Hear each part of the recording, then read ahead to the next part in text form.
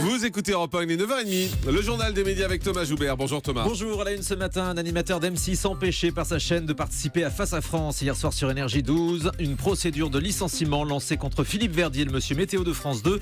Et la déprogrammation de l'émission Des paroles et des actes aurait coûté très cher à France 2. Et on commence donc avec le groupe M6 qui a empêché l'un de ses animateurs de se rendre au dernier moment sur Énergie 12 hier soir. Oui, ça s'est passé hier soir. Donc en direct dans votre émission Face à France sur Énergie 12, Jean-Marc Norbert Tarrer devait participer à un débat sur la viande et la charcuterie accusée d'être cancérigène par l'OMS.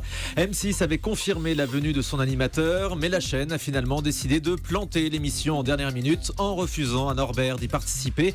Pendant tout le direct, on s'est demandé s'il allait quand même venir. Il n'est pas venu, ce qui a provoqué ce coup de gueule que vous avez poussé en direct, Jean-Marc, en jouant la totale transparence. En fin d'après-midi, la chaîne M6 nous a confirmé la venue de Norbert. Ce soir, juste avant le début de l'émission, on a eu une rumeur selon laquelle M6 interdisait à Norbert de venir. Alors je vous l'ai dit en début d'émission, on a essayé de le joindre, on n'a pas eu Norbert, il ne nous a pas répondu.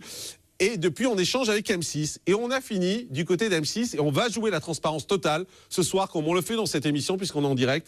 M6 nous a expliqué que finalement, ce soir, il refusait d'envoyer Norbert sur notre plateau en guise de représailles contre Énergie 12, qui aurait eu des propos très durs contre le passage de Paris Première en gratuit. Voilà ce qu'on nous a expliqué du côté d'M6. Et franchement, ce soir, j'ai juste envie de dire deux choses à M6. La première, c'est que c'est assez étonnant qu'ils découvrent ce soir qu'ils ont un problème avec Énergie 12, alors que cette venue de Norbert, on en parle depuis 3 semaines avec eux et qu'ils l'ont confirmé à 18h.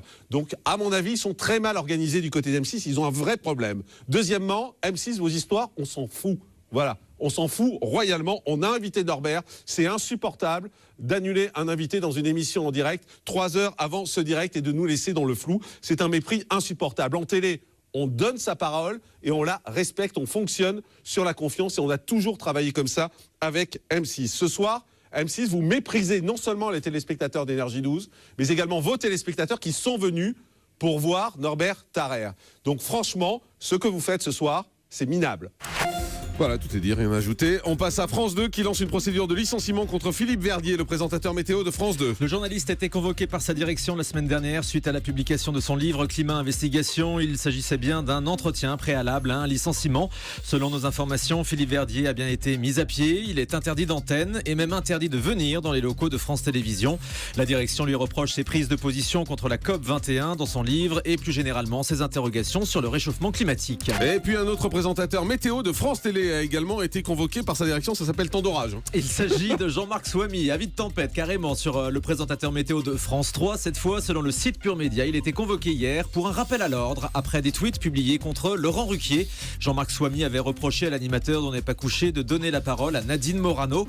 La direction lui a rappelé son devoir de réserve en tant que salarié de France Télé. Énergie 12 déprogramme définitivement sa télé-réalité Les Yeuves, coup de jeune à Las Vegas. Dès lundi, l'émission avait été déprogrammée de sa case de 18h faute d'audience. Les épisodes ont été diffusés plus tôt dans l'après-midi, mais hier, Énergie 12 a finalement décidé de supprimer complètement le programme.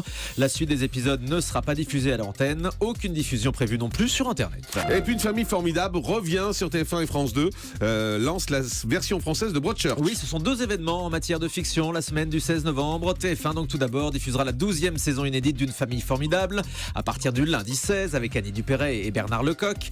Et puis de son côté, France 2 lance le mercredi 18 novembre sa nouvelle fiction très attendue, Malaterra. Il s'agit de l'adaptation française de l'excellente série britannique Broadchurch. L'histoire a été adaptée pour se dérouler en Corse. Et puis M6 qui relance l'émission Belle toute nue mais change d'animateur. M6 s'est séparé de William Carnimola, le présentateur historique de l'émission de Relooking. Il était en désaccord avec la production de l'émission, mais Belle toute nue reviendra le lundi 16 novembre à 23h avec un nouvel animateur donc qui s'appelle Chris Carvillo, styliste et conseiller en images de profession. Et puis Estelle Denis sera présente à la fois sur D8 et sur NT1. L'animatrice a quitté le groupe TF1 pour rejoindre la chaîne D8. Sa nouvelle quotidienne consacrée au sport, produite par Cyril Hanouna, commencera le lundi 16 novembre à 17h50. Estelle sera entourée de chroniqueurs pour parler de toute l'actualité sportive. Mais la même semaine, on la verra aussi en prime sur NT1. Elle présentera la nouvelle version de Vie ma vie. Les tournages avaient eu lieu évidemment avant son transfert sur D8. Pour cette première, on retrouvera Fauvoto qui va vivre la vie d'une femme malvoyante et l'humoriste Jarry dans un village naturiste. Oula. Et puis la même semaine, Valérie Damido présentera sa nouvelle émission de Décos sur Énergie 12. Après le labo de Damido qui n'a pas très bien démarré dimanche, Énergie 12 va programmer cette nouvelle émission de décoration un vendredi soir en prime time face à des programmes très forts sur les autres chaînes, notamment un prime de Touche pas à mon poste.